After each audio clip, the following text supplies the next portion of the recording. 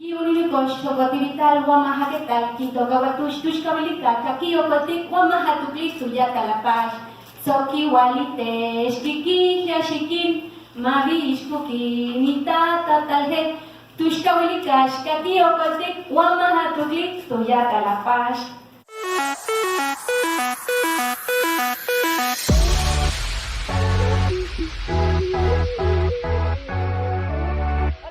Hola becarios, ¿cómo están?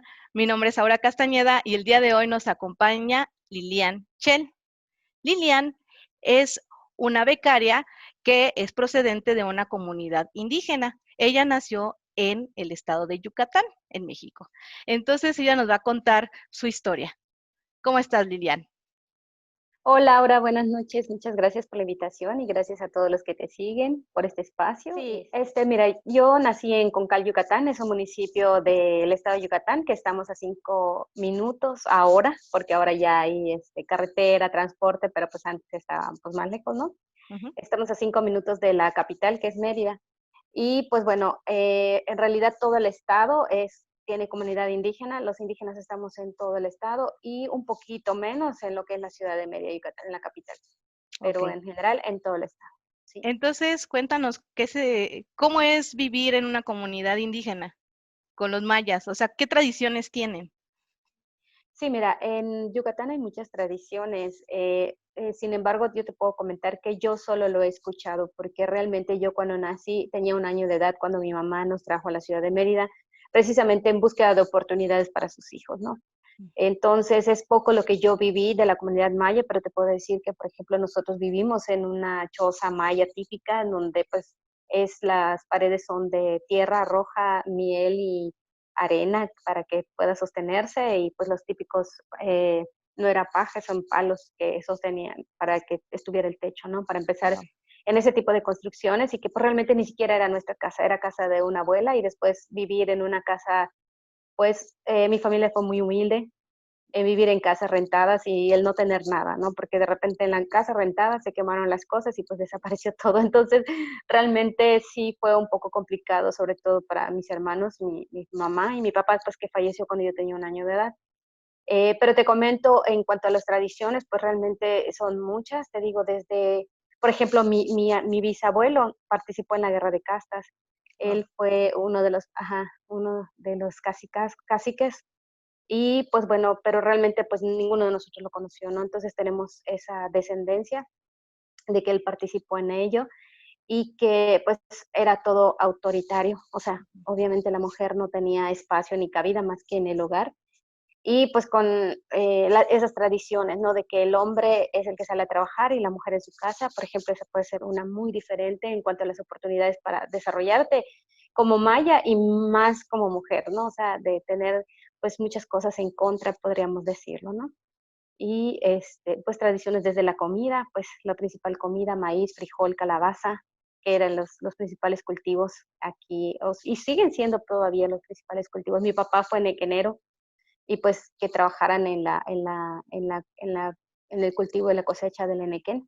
Órale, ajá. Y sí, entonces ese tipo de tradiciones, ¿no? De que desde muy temprano es irse, él y mis hermanos irse a recoger, pues desde recoger leña y también pasar por los cultivos de enequén y llevarlos a las empresas que los procesaban y todo esto, ¿no? Súper. Entonces, en tu comunidad, bueno, ya nos comentabas de que tú no estuviste tanto viviendo, pues, en la región, lo que es Maya, ¿no? Entonces, tú estuviste más viviendo en lo que es, la capital. Entonces, ahí, por ejemplo, la gente que usualmente, por ejemplo, los mayas, ¿qué nivel de educación llegan a tener en cuanto a grado? Sí, mira, para los mayas, por ejemplo, mi mamá solo tiene tercero de primaria, nada más para que tengas una idea, y conseguir la primaria era algo así súper. Mi papá era así de los que estaba muy preparado y terminó la primaria, y eso era lo máximo que uno podía aspirar. Y dentro de tu comunidad, o sea, por ejemplo, yo, no, aunque no he vivido físicamente en la comunidad, he colaborado con la comunidad y principalmente con Mashcanu, que es en donde tengo mi proyecto comunitario actualmente, apoyando ahí a la gente en el sector agropecuario y pues ver cómo apoyarlos para que salgan adelante. Y principalmente he trabajado con mujeres, pero también con hombres, ¿no? Súper. Entonces, Sí, ahí pues puedes ver que el grado de estudios es secundaria y unos que otros siguen hasta bachillerato. No, en las comunidades definitivamente solo hay hasta secundaria y una que otra escuela tal vez privada de bachillerato. Ok, entonces con este antecedente cuéntanos cómo decides estudiar mm, pues la universidad, ¿no? O sea, la carrera. ¿Qué carrera tienes? Soy ingeniera química industrial. Wow. O sea, empezando con que la carrera es difícil. Así es. Entonces, ¿cómo decides? ¿Cómo se te ocurre decir quiero ser química industrial? Así es. Pues mira, fíjate que yo traía así como un chip, yo digo de verdad, yo amo mis raíces y yo digo que de verdad el maya trae una fuerza de superación. Yo creo que el esplendor de la cultura maya, que ves que de las grandes construcciones, o sea, toda la herencia que nos deja, yo pienso que eso todo lo traía y de verdad yo siento que eso fue lo que me ha impulsado a seguir adelante, porque yo te puedo decir que tenía mi chip de verdad desde chiquita que yo sabía que tenía que estudiar primaria, secundaria, preparatoria, carrera.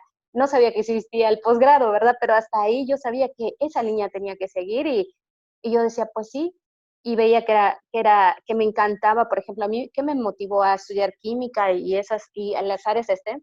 ¿Qué me motivó? Que en secundaria mis maestros eran muy buenos los de matemáticas, física y química. Entonces yo me enamoré de esas materias, me encantaban y me era un poquito más complicado lo que es biología, lo que es ciencias, todo lo que tenía que memorizar me era bastante complicado, ¿no? Entonces por eso yo empezaba a ver opciones de estudio y pues déjame decirte que uno de los principales pilares de mi casa y el ejemplo y el que ocupó el rol de papá pues fue mi hermano.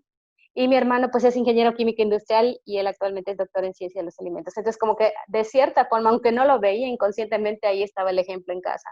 Súper, súper, súper. Y cuando ya terminas la universidad, luego empezaste el posgrado.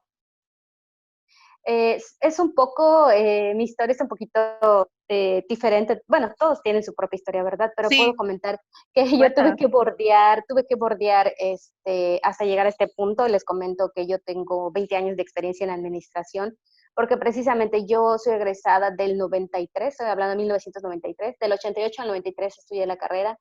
Y imagínense, si ahorita es un poco complicado para las mujeres insertarse en estas áreas de ciencia, pues en el 93 era así, o sea, mujer en ciencia. Realmente, por ejemplo, en mi carrera solo éramos 4 mujeres y la mayoría eran hombres. Hombre, sí. Entonces, era un poco complicado, era el mercado muy competido, había poca industria y aparte, pues para las mujeres no. De hecho, yo metí mi currículum muchísimas veces a muchas empresas, fui el segundo mejor promedio y por décimas del primer lugar, y realmente las oportunidades no se abrían para mí en ingeniería química, porque todos decían, de hecho, desde entrada, yo empecé a trabajar muy chiquita, a los 16 años empecé en una empresa de aquí de la ciudad, que está a nivel nacional también, y la verdad no porque sea, sino que yo me esforcé para hacer un buen trabajo y me dieron la oportunidad de concursar por una plaza para jefe de producción, que en ese entonces era así como para mí mi super sueño, y estoy hablando que ya tenía yo 20 años ya, dice, Ujú. 20 años. Entonces ya a punto de egresar de la carrera, 21 años, a punto de egresar ya de la carrera, y me dieron la oportunidad de presentar los exámenes y todo, y pasé todo súper bien, me ayudaron en el sentido de que me prepararon para estudiar y así, pues porque por el trabajo que había desempeñado durante ese tiempo. Y resulta que sí, gané la plaza, pero cuando al corporativo, que es el que Decide. autorizaba o no, Ujú. ajá, me dijeron que no, que porque era mujer y porque estaba muy joven y que los operadores pues que no me iban a hacer caso. Entonces imagínate toda esa frustración y pues de ahí empecé ahora sí que a mi peregrinar, pero pues como soy una persona que de verdad que yo digo mis raíces me impulsan a seguir, digo no puede ser, tengo que buscar. Entonces empecé a meter mi currículum a varios lugares, así a empresas, lo llevé a Cementos Maya, también me dijeron que no porque era mujer. Y todo lo que era ingeniero químico decía, antes se ponía en la solicitud, en el periódico veías los empleos, ¿no? Y ahí siempre ponían que ahorita está prohibido sexo masculino, y entonces de plano llevas tu currículum y ni siquiera lo revisaban, ¿no? Entonces es así como yo decido, pues ni modo, dije, no me puedo quedar así y meto mis papeles a un área administrativa.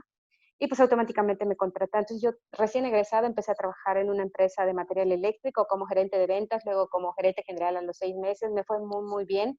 Y entonces empezó toda mi área administrativa. Hice una maestría en administración, una especialidad en administración de la tecnología y una maestría en administración.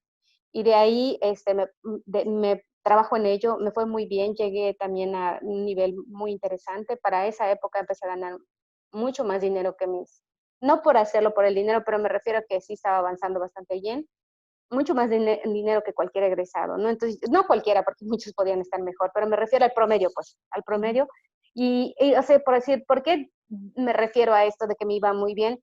Porque cualquiera pudiera haberse quedado ahí, pero yo volteaba y veía mi título y decía, ¿cuándo? ¿Y cuándo va a ser la oportunidad? Y yo quiero trabajar en la industria, yo quiero trabajar en ciencia, no lo veía como tal, pero sí veía en un área de procesos, en un área de diseño, de desarrollo, o sea, yo me veía en ese punto. Y es así, como a los 39 años de edad, después ya de más de 20 años de experiencia en administración, decido retomar y dejar todo, Ok. porque no me dieron la oportunidad de estudiar el posgrado al mismo tiempo de estar trabajando. Todavía no se había esa oportunidad que ahora ya la hay, y de verdad que el CONACYT está generando esas oportunidades y qué bueno, a mí me da muchísimo gusto y para mí es un panorama muy alentador para las personas, porque ahorita no es tanto de que no hay oportunidades, las hay, pero tómalas, ¿no? En mi época pues había que generar esas oportunidades. Entonces yo fui bordeando hasta llegar al punto de decir, bueno, ok, quiero esto, sí. Entonces paga el precio, ¿no? Entonces dejar de mi trabajo, renunciar y volver a hacer nada y empezar a ser becaria. Entonces de tener un puesto subdirección a ser becaria, entre comillas, no porque sea menospreciar, no, sino en el sentido de decir, o sea, sí quiero hacer esto y cómo uno tiene que tomar esas decisiones. Y tenías algo que tal vez muchos no toman en cuenta, ¿no? Luego a veces la edad, ¿no? Porque luego Exacto, es lo que te decimos, voy a decir. ajá, exactamente. ¿A los cuántos años entraste al posgrado, a la maestría? Sí, ahora bien, entonces entro a la maestría en ciencias químicas y bioquímicas, ya teniendo 39 años de edad, y todo el mundo decía, oye, pero si ahí estás segura y tienes todo, o sea, ya sabes, ¿no? La comunidad, de verdad, realmente mi trabajo estaba a 3 cuadras de mi casa, y nivel subdirección con aspiraciones a la dirección, o sea, con todo que pueda decir uno, ¿sabes qué? O sea, estás mal, pero ese espíritu de decir, oye, es que yo quiero esto, y si no lo hago ahora, ya no lo voy a hacer, eso sí lo tenía seguro. Si no doy el brinco ahora, no lo voy a hacer. Entonces cerré los ojos, seguí mi corazón y dije, de aquí soy. Entonces entré a la maestría en ciencias químicas y bioquímicas, que de entrada fui a presentar para el doctorado, porque aparentemente sí me iban a aceptar con la maestría en la administración, pero luego el consejo de la universidad me dijeron que no, que tenía que a pesar de ser ingeniera química, tenía que hacer la maestría. Así es que yo supongo que por los años que había pasado, más de 17 años de no estudiar nada de química, así es que me pusieron a estudiar la maestría, acepté el reto, tomé la maestría y de ahí sí he seguido ya directo al doctorado y al postdoc. Un poquito regresándonos a la maestría, ¿qué tan difícil fue adaptarte a que, porque muchos becarios tienen ese miedo, que tú tenías 20 años en industria, no, bueno, ya en la cuestión administrativa, de alguna manera, pues el cerebro se detiene porque haces cosas de manera repetitiva y entonces la investigación siempre hay algo nuevo que mostrar, que conocer, que estudiar. ¿Qué tanto te costó trabajo? Porque hay becarios que por 2 años que están trabajando, pues ya están angustiados, ¿no? ¿Qué les puedes decir tú que ya llevabas 20 años en aquel tiempo? ¿Cómo te fue? No, me fue, les puedo decir. No, realmente superé el reto, pero en ese momento fue mortal. Realmente lo tengo que decir. Fue muy, muy, muy, muy difícil. Para mí fue muy difícil porque empezar, y además yo entré a esa área no es por nada, pero tengo que reconocer y dar reconocimiento a mis compañeros de verdad de la Facultad de Química de la Universidad Autónoma de Yucatán. Son grandes, de verdad son genios. Yo entré con genios y yo decía, ¿yo qué hago aquí? O sea, después de no estudiar ingeniería química y de no estudiar esas áreas, fue muy pesado, pero decirles a los becarios que de verdad si quieren hacerlo, que no tengan miedo por arriesgar, vale la pena. Realmente sí fue muy difícil. Yo cuando me entrevistaron me dijeron, ¿y qué vas a hacer pues si tienes mucho tiempo sin estudiar y todo? Y yo dije muy así, muy segura de mí, pues si tengo que estudiar 16 horas, pues lo voy a hacer, pero voy a estar al día. No, fueron más de 16 horas al día que tuve que estudiar para ponerme de verdad, y no puedo decir que estuve al nivel de ellos, pero al menos al nivel, vamos a decir que estaban aquí, al menos al principio de donde ellos estaban, lo logré. Y pues finalmente obtuve el grado, ¿no? Que eso fue lo más importante. Y realmente aquí con el apoyo de las becas que nos dan, pues lo pude hacer porque de otra manera no podía haberlo hecho. Súper. Entonces empezaste con la licenciatura en la Autónoma de Yucatán, la maestría también y el doctorado. ¿Cómo El decides? doctorado lo hice Ah, en el Instituto Tecnológico de Mérida. perfecto. Y entonces ahí, ¿cuánto tiempo te quedaste pensando en que esa era la opción del doctorado? ¿Cómo te diste cuenta que sí era tu pasión y sí lo querías hacer? Sí, realmente cuando yo hice este análisis, esta catarsis a los 39 años de decidir qué línea iba a seguir, yo ya sabía qué línea iba a seguir. O sea, a mí me gusta mucho el análisis de las plantas, sobre todo, repito, todo unido a la etnia maya, que somos cuidadores, sobre todo mujeres somos las cuidadoras de la biodiversidad. Y entonces a mí eso me llamaba la atención, no todo lo que es la medicina tradicional. Y yo dije, esa línea es la que quiero estudiar. Entonces, dentro de mi proyecto en la maestría de Ciencias Químicas y Bioquímicas, analicé 2 tipos de plantas y su aplicación y su bioactividad.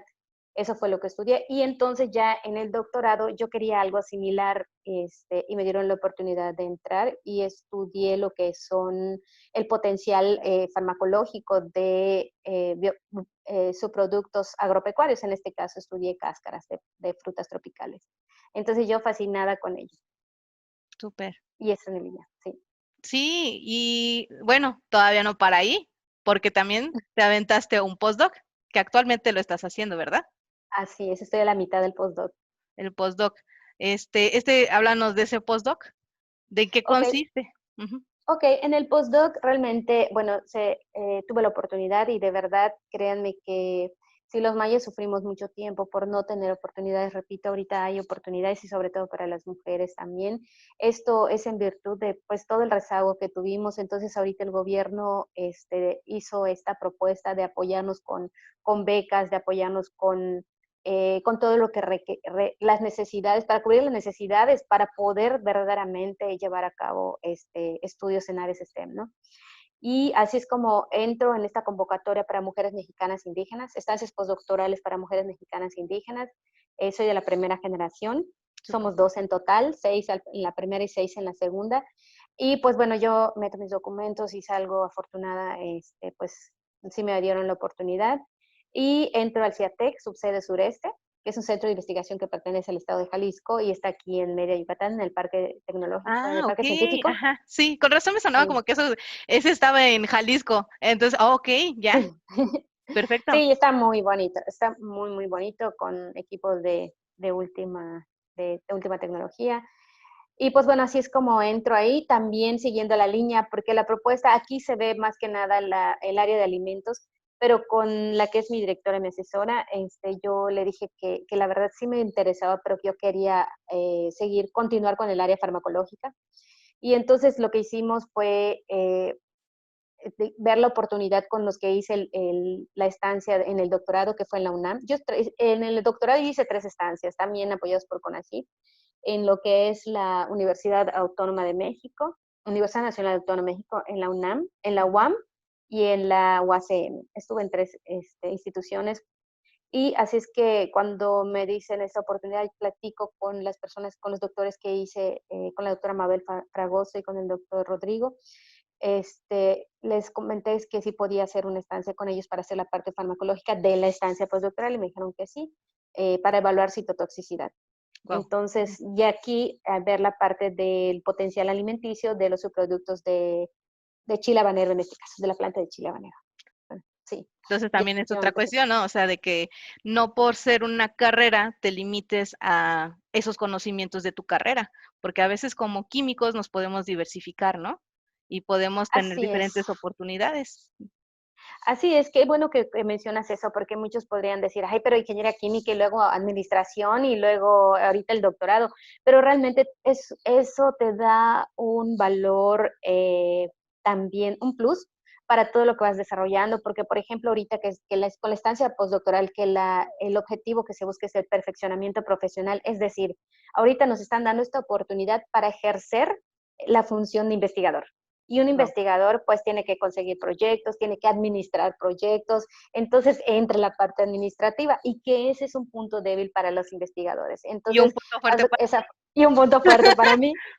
O sea, en la ciencia voy en pañales, pero en la parte administrativa. Ya pues, vas ahí así, sí es mi rollo. ya llevo 20 años de experiencia. Exacto, sí, eso es padre, ¿no? Entonces ahí es cuando, porque todo el mundo me decía, pero ¿qué estás haciendo? Y yo, no, es que sí hay afinidad, es que sí se puede. Y realmente es aprovechar, es ahora sí que optimizar tus fortalezas, ¿no? Y también, pues, apuntalar tus debilidades para que las superes, ¿no? ¿Y cómo vieron, becarios? ¿Les encantó la historia? Tratamos de que estas historias inspiren. Si realmente les gustan estas historias, denos su like y suscríbanse a este canal. Yo soy Aura Castañeda y esta es La Ruta del Becario. Saludos a todos, cuídense mucho. Un besote. Bye.